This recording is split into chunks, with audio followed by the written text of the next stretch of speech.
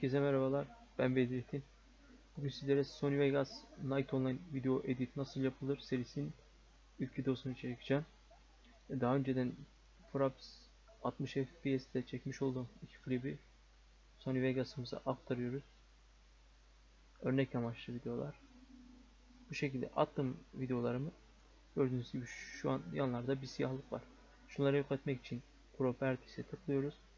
Bind Aspect Ratio tikini kaldırıyoruz. Sample dedikten sonra bu şekilde büyütüyoruz. İkinci klibimizi de aynı şekilde aynı şeyleri uyguluyoruz.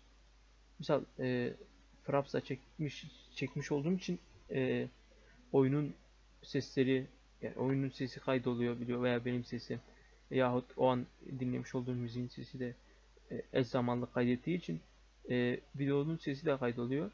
Yani müziğin sesi de beraber Sony Vegas'a aktarılıyor. Yani biz bu şekilde hani beraber olduğu için mesela silmeye çalışsak sildik diyelim, yanında şey de kayboluyor. Yani müzikle beraber klibi de.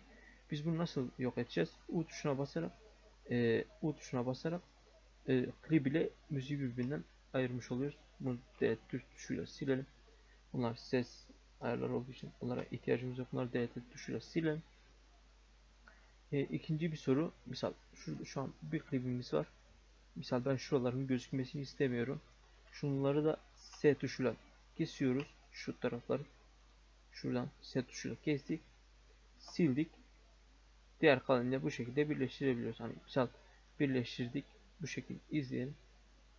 Gördüğünüz gibi sert bir geçiş. Bunun için farenin tekerleğiyle ileri veya geri yaparak bu şekilde büyütebiliriz. Yani şuraya tıklayıp bu şekilde büyüteyim. Misal sert bir geçiş var. Biz bunu bu şekilde birleştirerek böyle yumuşak bir geçiş de sağlayabiliriz. Diğer geçişler için transition tıklayalım. Bu şekilde şuna tıkladık. Attık şuraya. Attık. Hafif ileri sokayım. Bu şekilde izleyelim. Böyle bir geçiş. Tabi bunun gibi binlerce geçiş var. Zamanla bu geçişleri nerede kullanacağımıza, nasıl yani yazıları da kullanacağız tabi bunları. Zamanla nasıl kullanacağımızı göstereceğim. Şimdilik ihtiyacımız yok bunlara. Belli sorunların çözümüne geçelim. Mesela yanlışlıkla ben bir ara şuna tıkladım. Programı ilk indirdiğim zaman fazla anlamadığım için saatler boyunca bu sorunu çözemedim. Yani bu sorunla karşı karşıya kalan arkadaşlar olursa şuna tekrar tıkladığınız zaman bu sorunu halletmiş olabilirsiniz. Bu ekranımız işe yarıyor. Mesela ekranı büyütüp izleyebiliyoruz. Şuradaki Best Full Draft şu ayarlardan bahsetmek istiyorum. Mesela şuradaki audio gördüğünüz gibi görüntü kalitesi düştü. Tabii bu görüntü kalitesi bizim video bittikten sonraki şeyini etkilemiyor, yani projeyi etkilemiyor. Bu sadece hani video editlerken kasmaması için. Mesela ben de Best Full'da kullanıyorum. Bende pek kasma olmuyor. Yani edit yapmak için de sana bilgisayarda ihtiyacınız olabilir. İsteyenin bu şekilde kasma olmuyor. Mesela hani kastıysa da good, full, PF, full, draft, audio veya full. Yani kasıyorsa da draft'ta da kasıyorsa o bilgisayarla yani edit yapılmaz. Açık açık söyleyeyim.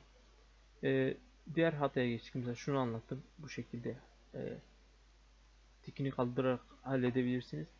Ve hani az önce gösterdiğim gibi transition'a geçtik. Misal ben şunu attım şuraya.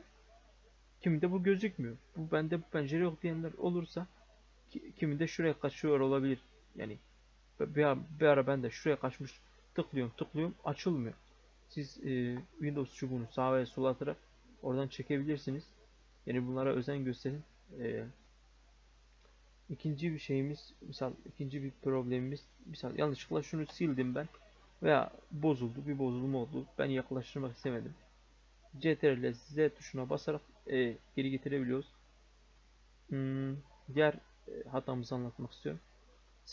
Geçişi bu şekilde yaptık. Açtım. Bu şekilde açtıktan sonra işte bu şekilde açtık diyelim. Ekran büyük geldi. Şuradan sağdan veya soldan küçültebiliriz. Tam düzenlemek isterken şuraya düştü. Bir türlü de çıkaramıyoruz. Tam şuradaki 3 siyah noktalara tıklayarak geri oradan çıkarabiliriz. Problemlerden birkaç tanesi şu da olabilir. Mesela yanlışlıkla şu video sekmesi kapandı.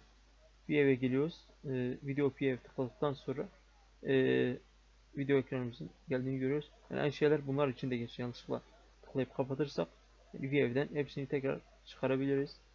E, Kesmeyi öğrettik. Şu an şimdi şeyi göstereyim size. Yavaşlatma, hızlandırmayı bu şekilde. Normal klibimiz bu şekilde ilerliyor.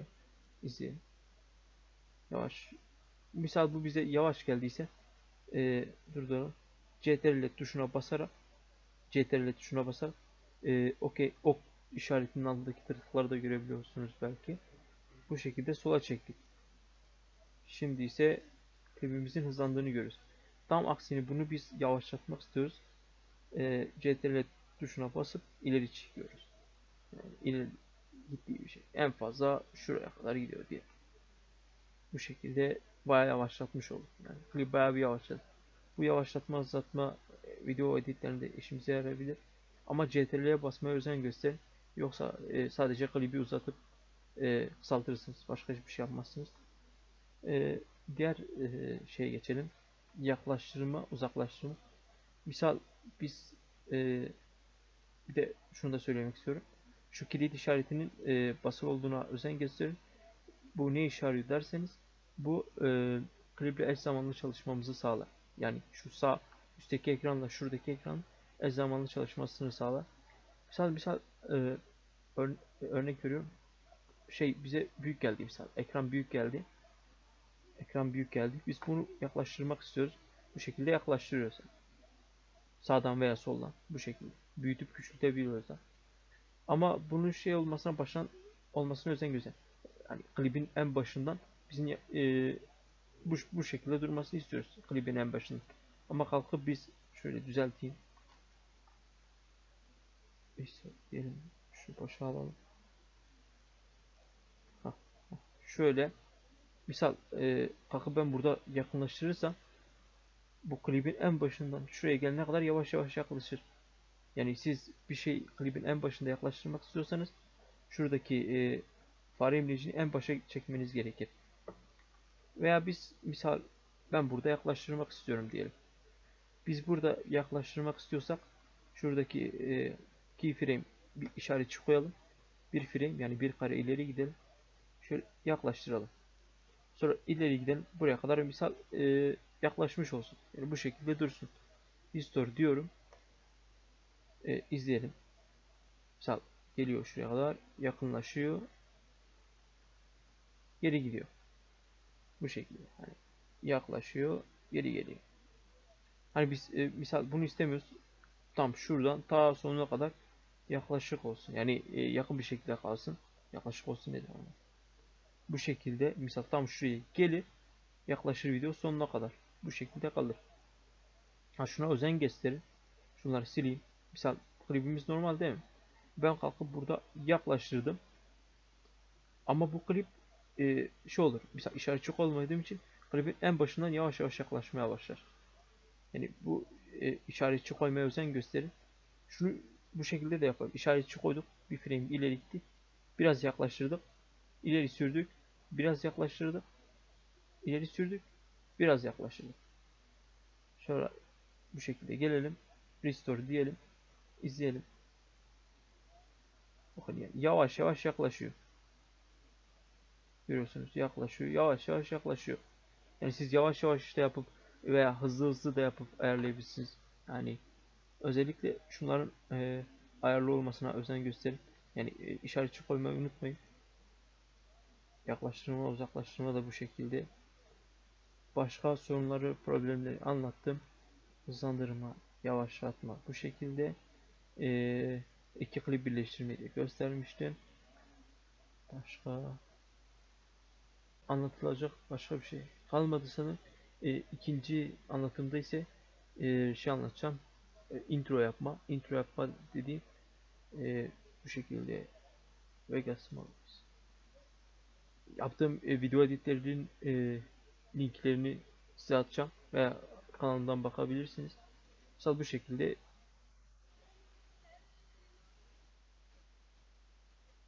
şekilde renk değiştirme, yazı ekleme, efekt ekleme.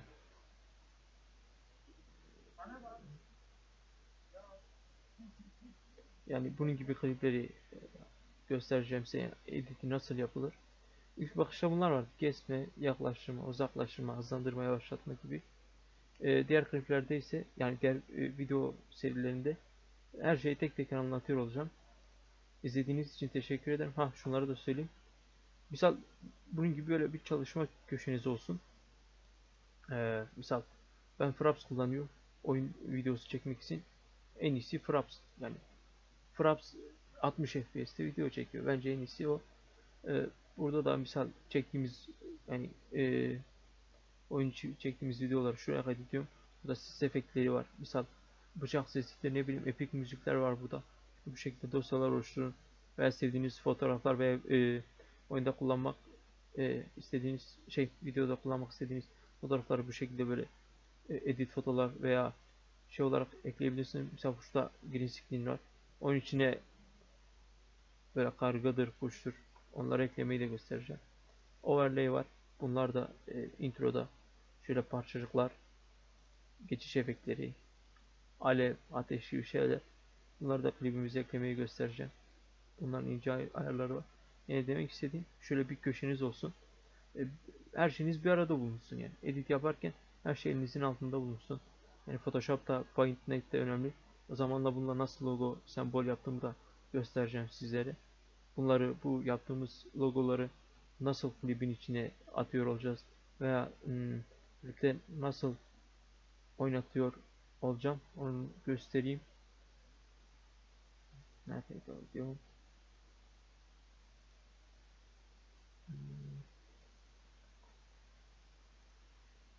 Misal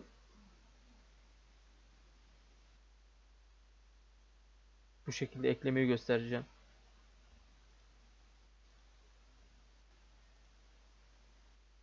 Bu şekilde.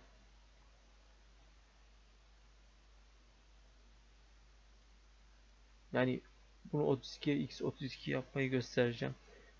Pelerin logomuzun nasıl videoda aktarıldığını göstereceğim. Zamanla hepsini anlatacağım sizlere. Ee, Yalnız şu problemle karşı karşıya kaldım. Bandicam'i yeni indirdim. Yani Fraps'ta ekran görüntüsü çekemediğim için Bandicam'le çekme kararı aldım. Bandicam'le de çektiğim için şu problemi yaşıyorum. Misal mix sesim geliyor da şu an klipteki ses gelmiyor yalnız işte. Bu sorundan anlayan arkadaş varsa lütfen yoruma yaz. Şunu da söyleyeyim, yapmış olduğum edit videolarını da kanalımdan izleyebilirsiniz. Hmm, Şöyle bu şekilde yapmış olduğum videolar test amaçlı veya proje amaçlı yaptığım videolar da var. Hani hızlı geçiş efekti, buhudur, sinematiklerdir. Bunları izleyebilirsiniz. Zamanla bunları birlikte yapacağız. Yani zamanla bunların nasıl yapıldığını size de göstereceğim. İlk videom bu. İzlediğiniz için tekrar teşekkür ediyorum. Farklı sorunlarınız olursa Facebook adresimi açıklama kısmına atacağım. Buradan bana ulaşabilirsiniz. E, Kanalıma da abone olmayı unutmayın. Yeni gelecek videolardan haberdar olmanız için tekrar teşekkür ederim.